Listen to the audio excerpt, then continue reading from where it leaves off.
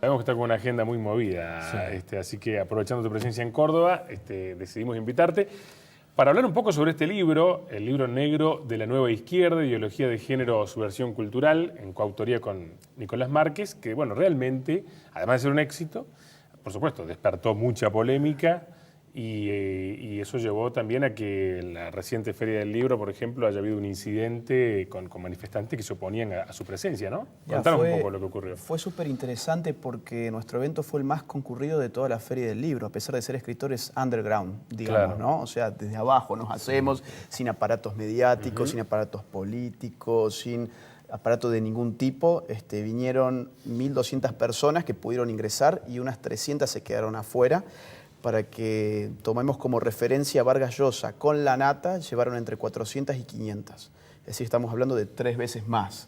Todos jóvenes, y tuvimos un episodio con feministas, lobbies LGBT, que habrán juntado unas 80, 100 personas, que bueno, insultaban a la gente, les escupían, les pegaban, hubo mucha violencia, algunas feministas habían llevado consoladores y le pegaban a la gente con eso.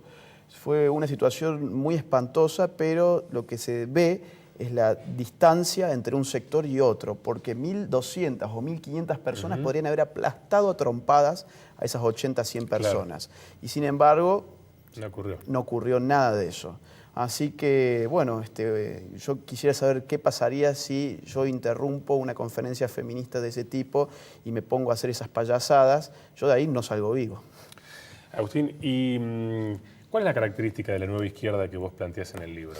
Mirá, nosotros nos anticipamos hace 3 años con Nicolás a todo lo que está pasando ahora. Hace 3 años veíamos que la cosa venía para este lado, hacia el feminismo, hacia el tema del género. Veíamos que se aproximaba y que era la forma que iba a tomar la izquierda en esta época de la historia.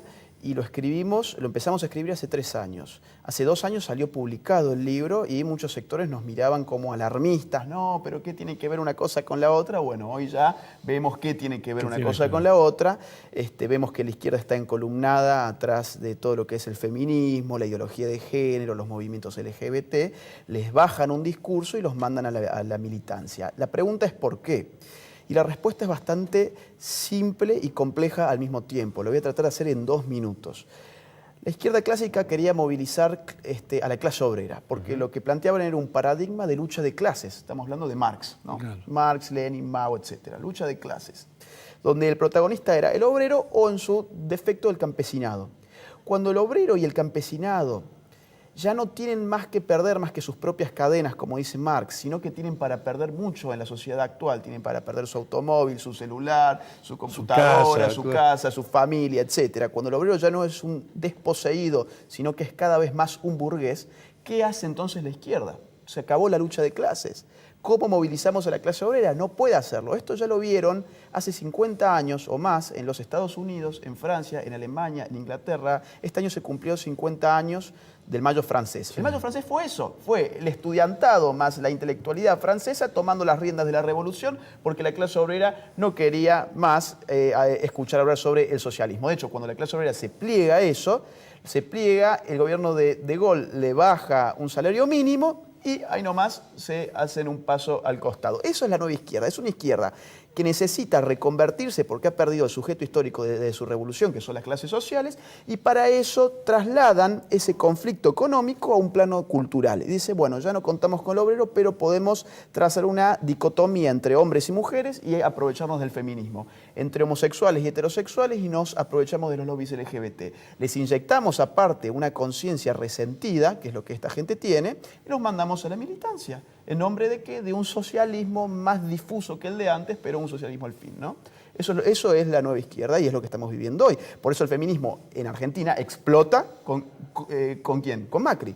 Por eso en Piñera el feminismo explota ¿con quién? Con Piñera, claro, que acaba de asumir. Fíjate, es una izquierda que sin poder tiene todavía el poder para disgregar a la sociedad e introducir el conflicto. Porque si la izquierda es nada como fuerza de construcción, es todo como fuerza de destrucción. Y ahí está la virtud dudosa de los sectores izquierdistas. ¿Por qué pensás, vos mencionabas recién a Macri, por qué pensás que el gobierno pone en escena el tema del tratamiento de la despenalización del aborto? Porque este es un gobierno que gobierna para aquellos que no lo votaron y no lo van a votar nunca. Este es un gobierno que no tiene ningún tipo de principios. Entonces, si ven en las encuestas que la cosa va para un lado, se van ellos para ese lado. Si ven que va para el otro lado, se van para el otro lado. Si ven que tiene una crisis económica fulminante, dicen, ¿cómo lo tapamos? Lo tapamos con el aborto. Y hacemos que las izquierdas gasten sus energías políticas y militantes marchando a favor del aborto en vez de marcharles en contra del tarifazo y otras cuestiones más. Así que se sacan un peso de encima lanzando una especie de bomba de humo. Porque tal vez, más allá de lo que termine de este debate Sí. tan sensible, tal vez no le afecte al gobierno directamente una Por postura o supuesto la que otra. no. Por supuesto que no le afecta porque es un gobierno tecnocrático y los técnicos no tienen principios, tienen técnica. Y este es un debate que se está dando, a mi juicio, con mucha irresponsabilidad. Yo no puedo creer las cosas que se escuchan en el Congreso de la Nación y los personajes que aparecen en el Congreso de la Nación. O sea, el tema por el aborto es más simple de lo que parece. Estriba en determinar en qué momento empieza la vida humana. Porque si nosotros queremos proteger a la vida humana y el derecho humano número uno es el derecho a la vida, entonces no podemos asesinar aquello que tiene vida humana. Es un debate, en último término, científico. No es un debate de Florencia de la B, no es un debate de periodistas como Luis Novarecio, por ejemplo, que apareció por el Congreso de la Nación a dar su tesis, y su tesis es que para él, no sé cuáles son sus créditos científicos, ¿no? Pero para él la vida empieza desde la semana número 12 y para él la vida y la muerte es una cuestión cultural. Fíjese usted, ¿no? O había otra periodista por ahí que es jefa de Malena Pichot que también dio su discurso y dijo que un feto no es un ser humano porque un feto no sabe hacer poesía. O sea, el criterio de la vida es la poesía para ella. O Florencia de la B, que dice que 52 mujeres se mueren por minutos por abortos clandestinos en la Argentina. Y obviamente la gente la toma como referencia. Y le da fe a eso. Y le da fe. Ahora bien, ¿qué dice la ciencia? Dice otra cosa. La Academia Nacional de Medicina en la Argentina dice que la vida humana comienza desde la concepción conforme a criterios genéticos modernos. ¿Por qué? Porque la genética moderna ha encontrado que aquello que se forma intrauterinamente dentro de la madre tiene carga genética propia, tiene un ADN diferenciado del de la madre y por ende no es parte de su cuerpo. Entonces cuando se nos dice, por ejemplo, lo que se discute es el derecho de la mujer a disponer de su cuerpo, eso no es cierto. Lo que se discute es el derecho de la madre a matar al hijo que se encuentra en su vientre por un término de 9 meses. Eso es lo que se discute. Ahora, pero ¿y cómo resolver una problemática que es real, que es cierta, de las mujeres que se mueren en Bueno, abortos clandestinos? yo no sé cuán real es. Ese es el problema. Porque si tenemos por un lado que nos dicen 52 mujeres se mueren por minuto, por otro lado nos dicen 500.000 abortos se practican en la Argentina de manera clandestina por año, pero la cifra de nacimiento en la Argentina es de 700.000 niños nacidos por año, yo me permito dudar de esas cifras. Y yo me permito también tomar las cifras del Ministerio de Salud, que es el que recopila de manera seria toda esta información. Y las cifras son las siguientes. Por muertes maternas, del año pasado, 249 madres en gestación murieron. De eso hay 43 por razones de abortos, sin discriminar entre clandestinos y espontáneos, porque existe el aborto espontáneo. Entonces, Mónica del Río pidió al Ministerio de Salud que discriminara esto y le pasara los datos. Y lo cierto es que en Argentina por año lo que murió el año pasado fueron 31 mujeres por abortos clandestinos. Esto representa el 0.025% de causa de muerte femenina en la Argentina. Estamos hablando del 0.025%. Toda muerte es una tragedia, sin lugar a dudas, pero si nos queremos abocar a lo que dicen que es una política de salud urgente que necesita la Argentina, esto no tiene ningún color de urgencia. Y todo lo contrario, ¿no? Cuando esto nos dicen la política del aborto es una política de salud reproductiva, yo también dudo de eso. Yo digo, ¿qué tipo de política de salud es aquella en la que entran en una clínica 2 seres humanos, contemplados así por la medicina, uno sale vivo, la madre, y el otro muerto dentro de una bolsa de residuos patógenos? ¿Eso es una política de salud? Yo dudo sobre eso. Y por otro lado, salud reproductiva, cuando el aborto justamente lo que impide, lo que frena es la reproducción.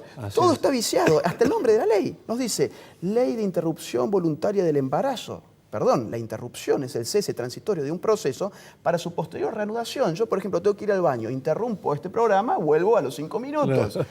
Eso es una interrupción, ¿por qué? Porque lo reanudo. Un aborto no se reanuda porque la muerte es irreversible.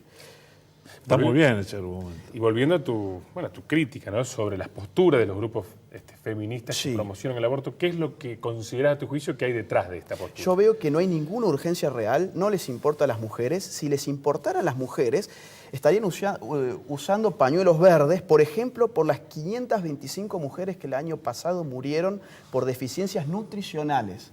Estamos hablando de ¿Por 31 raquitismo? casos por falta de comida. Claro, raquitismo. Claro, claro. 525, que nadie habla de esa. Ese no es un problema de salud pública, ¿no? 233 murieron el año pasado por tuberculosis. 194 murieron por Chagas. 3 por tétanos, siglo XXI, por tétanos. Qué 3 bárbaro. mujeres murieron en Argentina por tétanos. 214 murieron por falta de asistencia en el embarazo.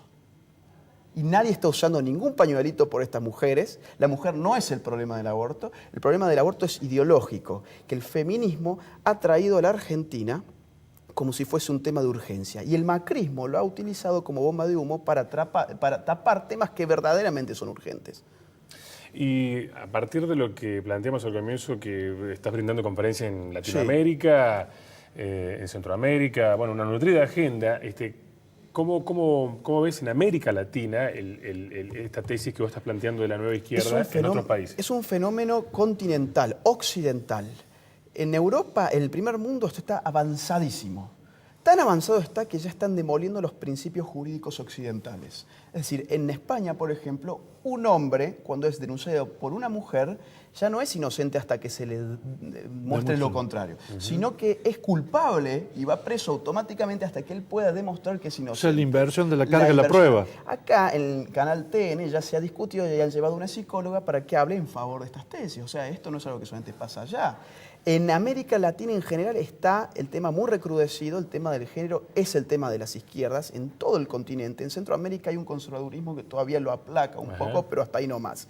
Pero lo que es Inglaterra, por ejemplo, que he estado hace poco, ahí en febrero, en Inglaterra ya tienen una reglamentación médica donde la Academia Nacional de Médicos de allí le prohíbe a los médicos decir la palabra mamá, papá, hombre y mujer. ¿Por qué? Bueno, porque resulta que hace 1 año y medio llegó una mujer que se autopercibe como un hombre, pero llegó embarazada. Y los médicos le dijeron, felicitaciones señora, usted va a ser madre. Y ella dijo, bueno, pero ¿cómo madre, cómo señora? Si yo soy un hombre. Si ahora yo soy lo que autopercibió ser, esa es la moda de la ideología de género. Se ofendió, se movilizó, etc. Y ahora los médicos ya no pueden decir mamá, papá, hombre, mujer. En Francia hay pueblos que ya han prohibido por ley decir la palabra mademoiselle. ¿Qué significa mademoiselle? Señorita. ¿Por qué? Porque no existe señorito, entonces no hay igualdad de género, es un micromachismo. Pero es una y en locura. Canadá, por ejemplo, para que veamos hasta dónde llega todo esto, en Canadá ya hay una ley que prevé 6 meses de prisión para aquel que use pronombres de géneros equivocados. Si vos me afirmás a mí que vos sos una mujer, yo me dudaría de tu afirmación, pero supongamos que yo te trato de él en vez de ella y nosotros estamos en Canadá, vos ya me podés judicializar a mí, yo puedo terminar 6 meses preso por usar un pronombre de género que no va con tu identidad de género. Ojo, eso ya existe en la Argentina también en la ley de identidad de género. Qué Bueno, Agustín, un tema que por supuesto da para mucho más. Qué bárbaro. Y ya estamos sin tiempo, pero agradecemos mucho que nos hayas acompañado y bueno, plantear un poco lo que está presentando tu libro. Muchas gracias a ustedes por el espacio No, y por por animarse a tocar estos temas desde Sí, esta sí. óptica, que no es muy No les concurrente. tenemos miedo. Muy bien, gracias.